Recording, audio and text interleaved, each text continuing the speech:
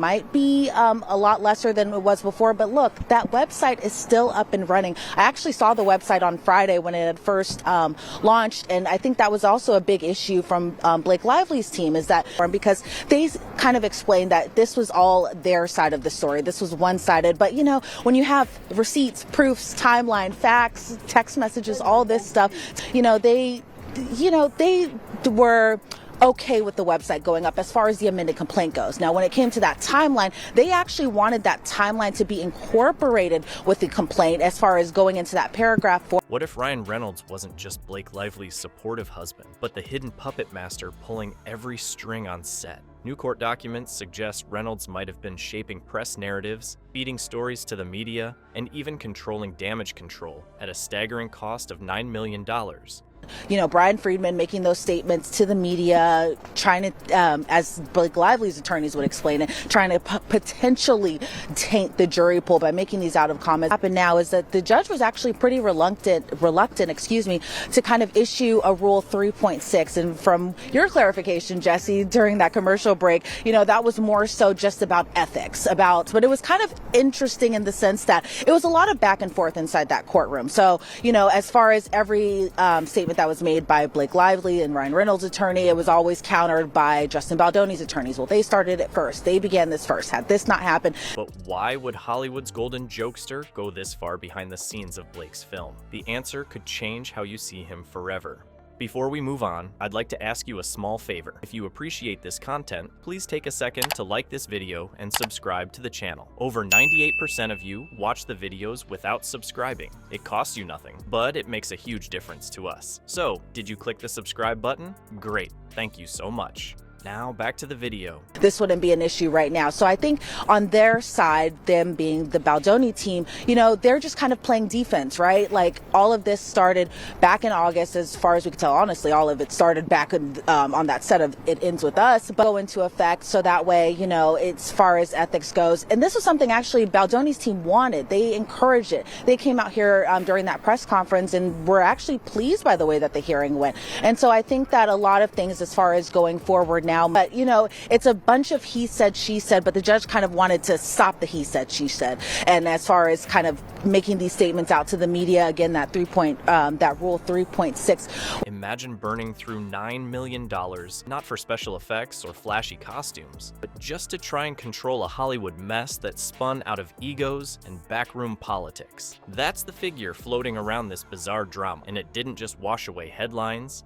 It rewired the whole story behind the scenes. Blake Lively might have been flashing the captain's badge in public, steering things with her legal claim in 2023, but behind that neat picture, someone else was whispering in the captain's ear. That someone, according to what leaked out, wasn't another producer or lawyer. It was Ryan Reynolds, the guy most people think of as the snarky Deadpool star who cracks jokes about his own kids on Instagram. That it's a lot of kind of mess. It's kind of giving you a little eeriness of what had happened with the Johnny Depp Amber Heard situation. But again, this isn't a criminal case. This is not a criminal matter. No one's going to jail. This is a civil matter. Again, there's a lot of conspiracies, kind of what role he plays a little bit right now, but just sticking to the facts here. Whereas, Baldoni's team, they're being accused of sexual harassment, all this types of things. So it's a lot of he said. So I think as far as the resolve goes, could we all argue that there's been damage to every single party involved? Absolutely. But it'll be up to a jury to decide how much damage and who goes to what.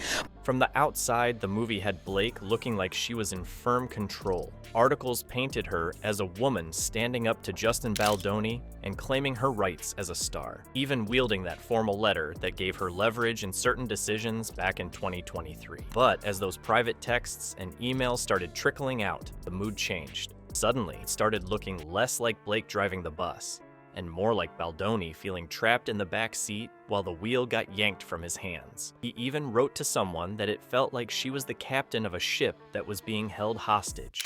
That single line painted the picture in a way no press statement ever did. It turned the set into a battleground. Each side convinced the other was hijacking control. And here's where it gets weird. Every time a new leaked detail surfaced, Ryan's name popped up just faintly enough to raise eyebrows, like a watermark on a photo. He wasn't stomping around the soundstage or shouting at extras, but he was allegedly feeding the machine from the shadows.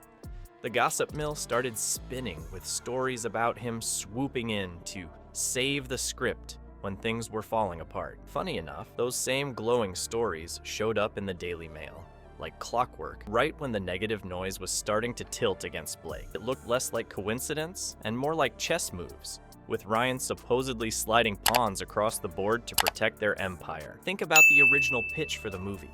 It was supposed to be a sweet summer romance about love, healing, and all that Hallmark energy. Critics, though, didn't exactly swoon. Instead, they called it clumsy, even tone-deaf, for the way it handled domestic violence themes. So while the headlines about the film were already shaky, the addition of a power struggle behind the curtain only made the mess worse. Rather than serving up an easy date-night flick, the project turned into a case study in how not to balance sensitive storytelling with celebrity-driven hype. Now, what's hilarious is imagining Ryan Reynolds, the internet's go-to prankster, pulling off something that looks less like Ryan cracking fart jokes in Deadpool and more like a Game of Thrones power play with gossip outlets. You never expect the guy who posts about Mint Mobile with sarcasm to be plotting press narrative arcs like a cable news producer. Yet, according to the documents, Ryan wasn't shy about pushing the genius husband quietly fixes everything angle, while Blake was left battling the optics of being pegged as difficult, controlling, or hostage-taking. That's a power play wrapped in a marriage, and it undercut the very image Blake's fans thought she had. The result, if these stories are true, is that the fight wasn't just between cast and crew, it became about who really controlled the spotlight. On paper, it was Blake steering the legal strategy, but in the media shadows, it was Ryan shaping the hero story. That combination blurred the line between marital support and outright puppeteering, and when you add in that $9 million figure, it paints him less as a husband watching from the sidelines, and more as the financier and fixer, funneling resources into scripts, lawyers, and press contacts, all to protect the empire he and Blake have branded so carefully. That kind of spending is eye-popping enough, but the bigger question is what it reveals. Because if one married couple can manipulate the loudest Hollywood rumor mill for a single film, then maybe narrative control in Hollywood is no longer about studios or producers, but about duos who know how to play the press as ruthlessly as moguls. The scary part isn't the dollars. It's how completely the story itself can be bent. This was never just a couple scrambling to save face. It looked more like a calculated media campaign, fine-tuned to make sure every headline leaned their way. In Hollywood, raw talent helps, sure, but power often comes down to who controls the story. And if $9 million can vanish just to twist the gossip about one movie, imagine the budget spent on scandals we'll never hear about. Every drama headline in your feed suddenly feels a little staged. So next time you're watching a celebrity interview, ask yourself, is this real or just another $9 million puppet show?